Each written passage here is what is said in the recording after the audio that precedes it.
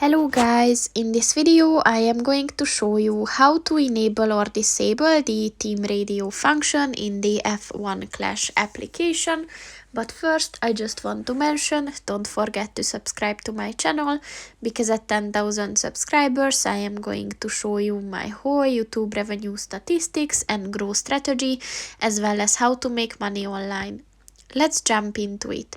First of all, open the application on your phone and then click on the home button at the bottom of the page, and then click on the settings button at the top of the page on the left, and at the settings section look for the Team Radio button, and to enable or to disable it, just click on the two buttons to change it.